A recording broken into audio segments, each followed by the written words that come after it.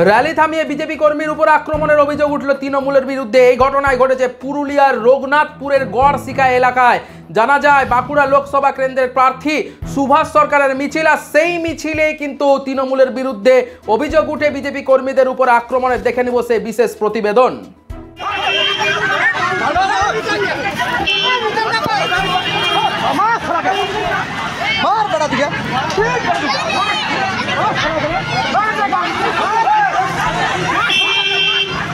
বাঁকুড়া লোকসভা কেন্দ্রের বিজেপি প্রার্থী সুভাষ সরকারের র্যালি থামিয়ে র্যালিতে থাকা কর্মীদেরকে আক্রমণের অভিযোগ উঠল তৃণমূলের বিরুদ্ধে। আজ ঘটনাটি ঘটেছে সাতুরি থানার গড়শিকা এলাকায়। তৃণমূল কর্মীদের আক্রমণে বিজেপির এক কর্মী গুরুতর আহত হয়েছে। তাকে মুরাডি ব্লক প্রাথমিক স্বাস্থ্য কেন্দ্রে নিয়ে যাওয়া হয়েছে। ঘটনায় বিজেপির তরফ থেকে 3 জন তৃণমূল কর্মীর বিরুদ্ধে অভিযোগ জানানো হয়েছে। জানা গিয়েছে এদিন সাতুরির গড়শিকা এলাকায় সুভাষ সরকার র্যালির মাধ্যমে প্রচার শুরু করেন। র্যালি গড়শিকা গ্রামে ঢোকার সময় হঠাৎ 3 জন তৃণমূল কর্মী ঝান্ডা নিয়ে র্যালি আটকে দেয়। তাই নিয়ে বিজেপি কর্মীদের সাথে তৃণমূল কর্মীদের বচসা বাঁধে। বিজেপির কর্মীরা তৃণমূলের 3 কর্মীকে সাইডে সরিয়ে র্যালি এগিয়ে নিয়ে যায়। অভিযোগ সেই সময় পেছনে থাকা এক বিজেপি কর্মীকে তৃণমূলের কর্মীরা চেরাই কাঠ দিয়ে আক্রমণ করে। বিজেপি কর্মী গুরুতর জখম হয়। যদিও তৃণমূলের দাবি বিজেপির পায়ের তলার মাটি সরে যাচ্ছে, তাই তারা মিথ্যে নাটক করছে। সৌমেন চৌধুরীর রিপোর্ট, বেঙ্গল ভয়েস 24x7। আমাদের পূর্ব নির্ধারিত এবং পারমিশন পাওয়া 2 তারিখে আজকে আমাদের র্যালি চলছিল।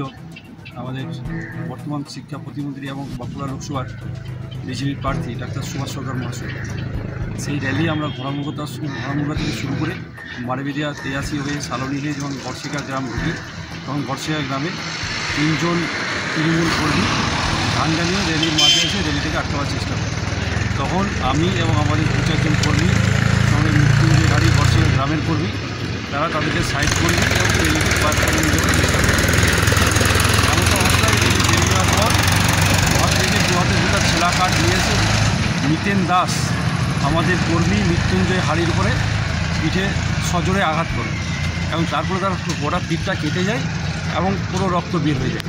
তারপর আমাদের সঙ্গে তর্কাতর্কি হয় এবং আমরা মৃত্যুঞ্জয় হাড়িকে ওখান থেকে জলদির মধ্যে নিয়ে এসে মুরাড্ডি হসপিটাল পাঠাই এবং আমি থানাতে এসে তাদের নিয়ে কমপ্লেন করি।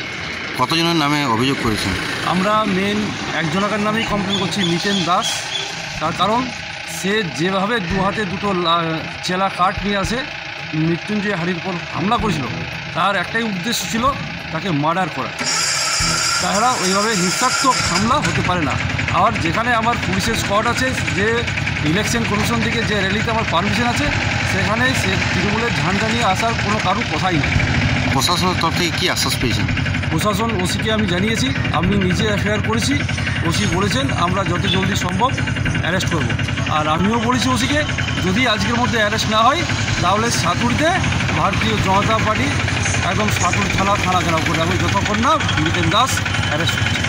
পুরো বিষয়টা কি ঘটেছে আমরা খোঁজ নিচ্ছি এবং তৃণমূল কংগ্রেস সবসময় শান্তিতে বিশ্বাস করে। এই ধরনের অশান্তি আপনারা দেখছেন যে এতদিন ধরে বিভিন্ন জায়গাতে বিভিন্ন কর্মসূচি হচ্ছে, শান্তিপূর্ণভাবেই হয়েছে। তাই এখানে কি ঘটেছে আমরা বিষয়টা অবশ্যই খোঁজ নেব এবং পরবর্তীকালে সেটা জানানো যাবে।